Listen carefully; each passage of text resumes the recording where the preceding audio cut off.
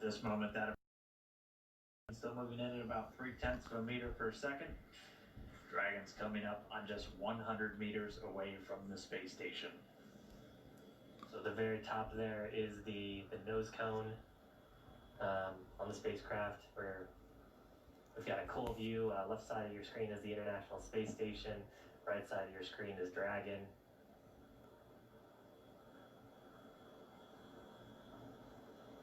We're inside 100 meters, continuing to close.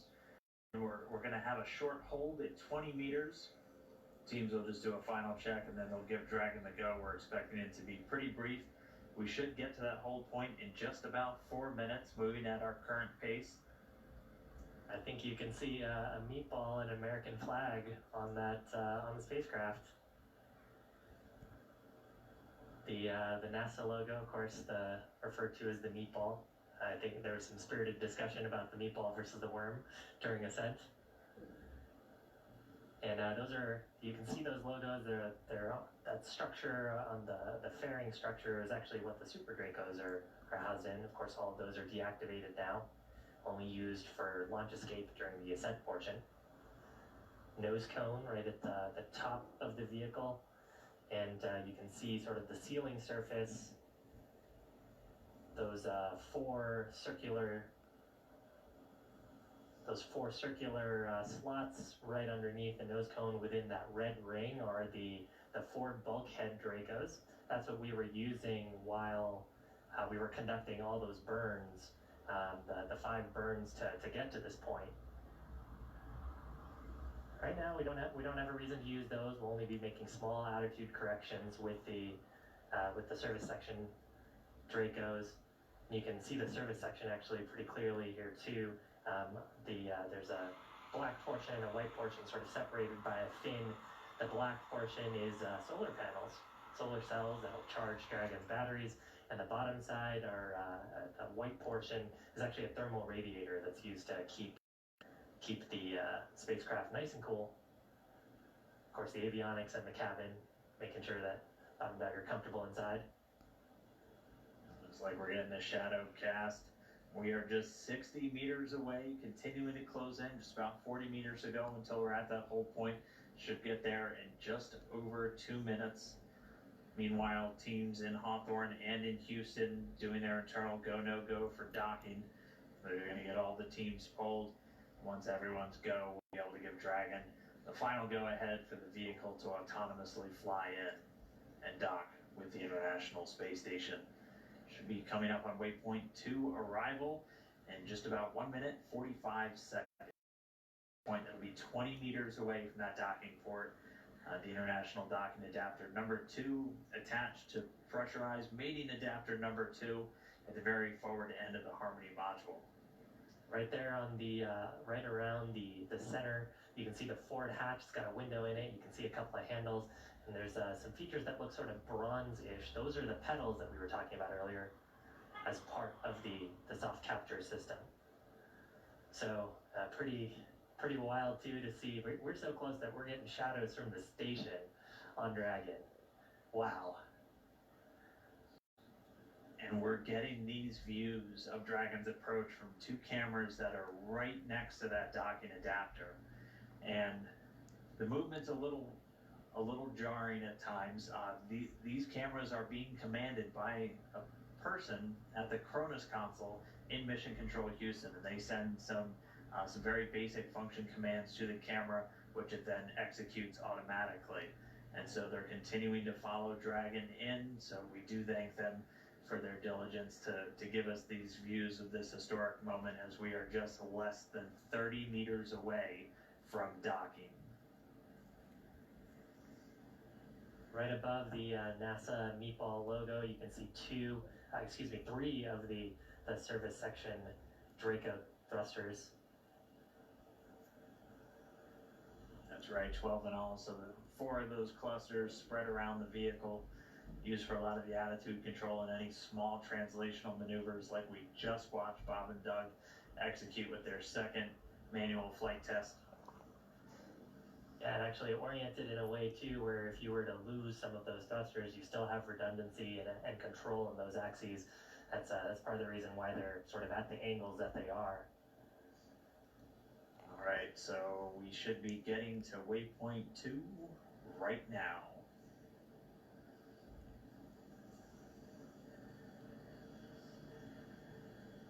And so it looks like we do have that hold. SpaceX on Big Loop, the ground is go for approach 2. We will be enabling the resume shortly. As a reminder, ensure your visors are closed prior to Dragon's departure from the waypoint. And once Dragon is inside, the crew hands-off point, retreat, and breakout are not permitted. And for your awareness, we have sunset in a little less than 8.5 minutes.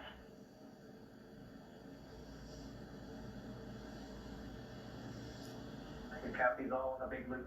Go for docking.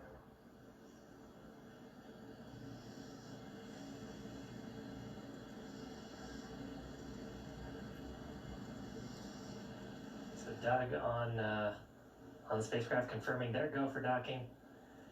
They're gonna put down their visors. Got some instructions there about the crew hands-off point that we had talked about earlier. That's a point where we don't want the crew issuing any commands to the vehicle.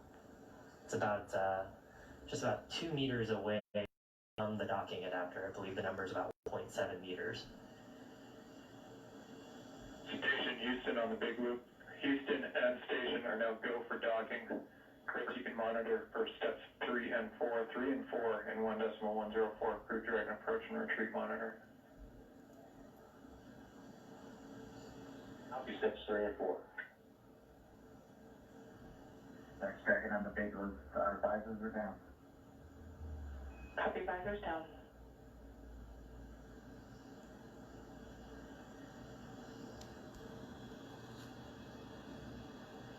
With the crew confirming their visors down, we should see the final approach resume. Station Dragon on the Big Loop. We are inbound from approach 2. Copy, inbound. Mission copy. And we're going to be racing that sunset. The approach has resumed. Dragon closing in. We're inside 20 meters. And yeah, that crew hands-off point should come up in about 3 minutes or so. Right before we get that final docking, it comes about 20 seconds prior, or just about 2 meters away from the station still. And that's just the crew not issuing any abort commands. At that point, it would be too late. And so any aborts would be executed automatically by Dragon itself.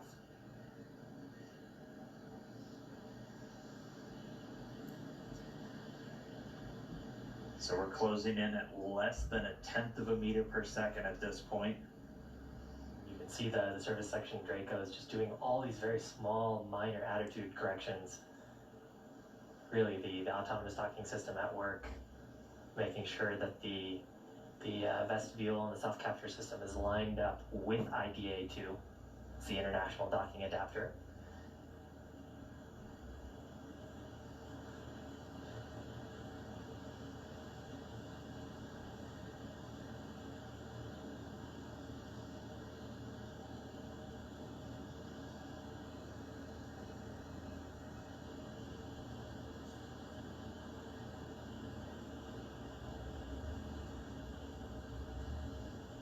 You can see much more clearly there the hinge mechanism for the nose cone. Those 4 black circles are the forward bulkhead Dracos, not to be used at this time. And then of course the pedals of the self-capture system. Wow.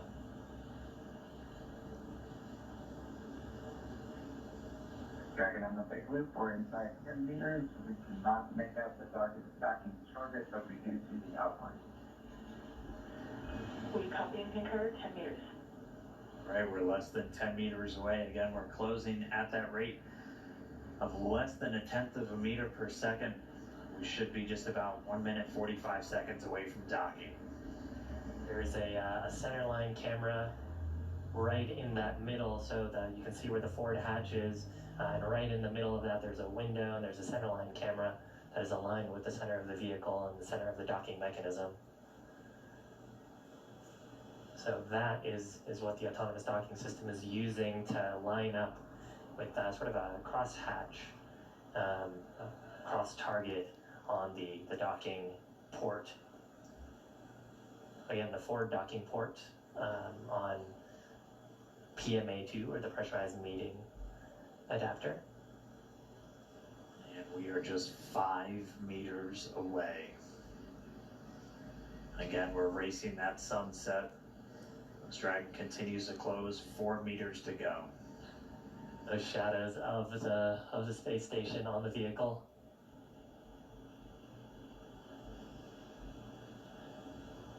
Yeah, you can actually see the centerline camera pretty clearly there, sort of with the contrast of the sun right now. 3 meters to go.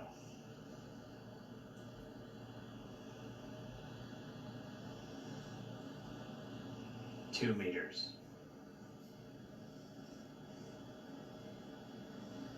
We are inside the hands-off point, the chop, the crew hands-off point. 1 meter to go.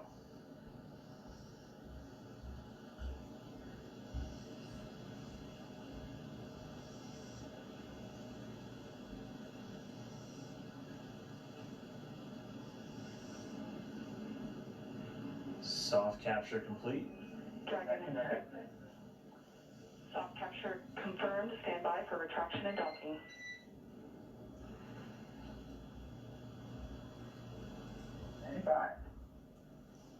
And we just heard it, soft capture. We have docking, that coming at 7:16 a.m. Pacific time, with the station and Dragon flying 262 statute miles right over the border between northern China and Mongolia.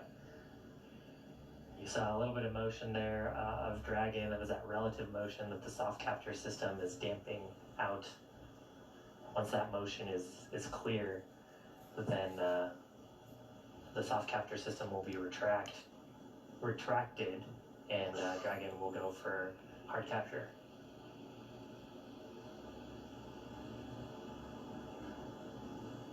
Again, if just now tuning in, that soft capture, that docking coming 7:16 a.m. Pacific, 10:16 a.m. over on the East Coast. Dragon and the International Space Station were flying 262 statute miles right over the border between northern China and Mongolia. So that soft capture ring now going to retract. It's one more step on the way to docking complete.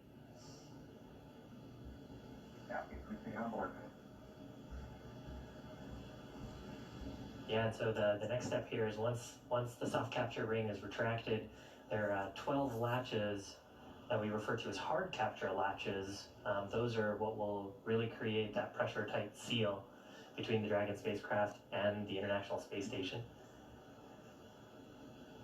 So once soft capture is complete, and I believe we'll get that call from our core here, Anna, then we'll get confirmation of hard capture, and the crew, of course, aboard have this information on their displays, so they'll also see indication of hard capture complete. And once those two steps are done, then that's docking complete. That's right. We're expecting to hear some words from everybody. A pretty monumental moment. I mean, for Doug Hurley, he's returning to where he last docked almost 9 years ago on the very last space shuttle mission, now commanding the very first commercial spacecraft to deliver astronauts to the International Space Station. That's got to be cool for them. They've mentioned quite a few times that they're best friends. Our favorite dads in space, as we've been calling them. This has got to be really cool for them. It's got to be really cool for their families too, watching this.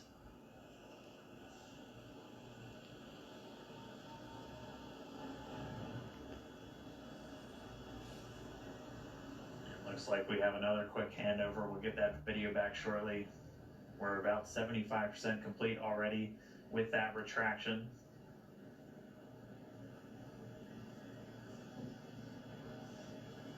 Once that retraction is completed, we'll keep an eye out for the 12 ready to hook indicators. Once those are ready, those 12 hooks will begin to engage, and that'll securely attach Dragon to the International Space Station. Yeah, so right now the vehicle confirming that the soft capture system is deployed correctly and is fully retracted. And then once the soft capture system is fully retracted, that'll set up the vehicle to put in the hard capture pins. There's 12 of those around the docking ring, and that's what creates that airtight seal between the Dragon spacecraft and the International Space Station.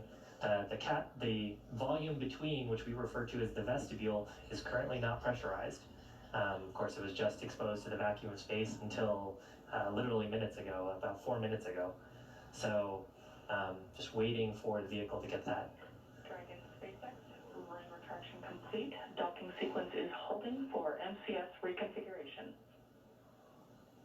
All right, so we see those ready to hook indicators are lighting up green. So we should be just about to step into those 12 hooks beginning to engage to get that secure mate between Dragon and the International Docking Adapter on the space station. Wow, right now those two vehicles are flying together. They are attached to each other. It's been just under 19 hours since we lifted off. We're actually at about 18 hours, 58 minutes, and 42 seconds. So we promised about a 19-hour ride up to station, and we made it just a few minutes before that. They were able to dock a few minutes ahead of schedule. We were tracking them to still take about another 10 minutes, but able to step through all of their burns about 16 minutes ahead of schedule and get us to where we are now. If you missed it just a few moments ago, that initial docking coming at 7:16 a.m. Pacific, 10:16 a.m. over on the east coast of the United States, and they were 262 statute miles flying together over the northern border of China and Mongolia. So really exciting. We're just waiting for this docking complete to be confirmed. We're expecting to hear some words, obviously, from the crew on board and all the excited teams down here. We're just waiting for this moment. And then it's time to start getting Dragon integrated into the station. There will be an umbilical that will get mated, and that'll allow Dragon to flow data and power into the station systems, and then it'll be over to the crew. Endeavour at station at Houston on the big loop. MCS is configured, and we're proceeding with hook Dragon. All right, and they did a quick, so the motion control system onboard station now back under those control moment gyros, so handed over from the Russian thrusters, and Dragon now given the go to drive those hooks. We have to do that changeover of attitude control before we drive those hooks, as the Russian thrusters a little bit more dynamic in their control of attitude, and if you had a thruster firing while you were starting to drive those hooks, that could miss a line. So going over to the smoother control moment gyros on the US side, now controlling the attitude on board the station, and those hooks, those 12 hooks on Dragon, about to start driving.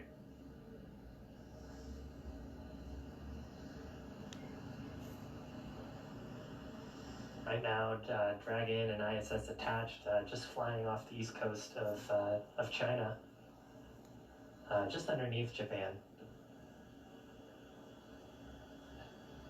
Attached to each other, we recently passed over to the orbital night, so we're on the currently the dark side of the world.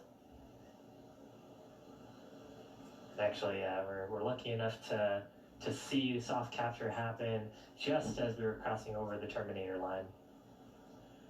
And if you're wondering what you're looking at, this is one of the cameras on the very outboard part of the Japanese experiment module, looking back in towards the very front part of Node 2, where Dragon is currently docked. We are in an orbital nighttime, that's why everything is so dark, but you're looking at Dragon. It is horizontal to the ground, so the hatch part is right where that green light pretty much is. You can see the nose cone still illuminated above it, and it is currently attached to an international docking adapter on the International Space Station. And the inside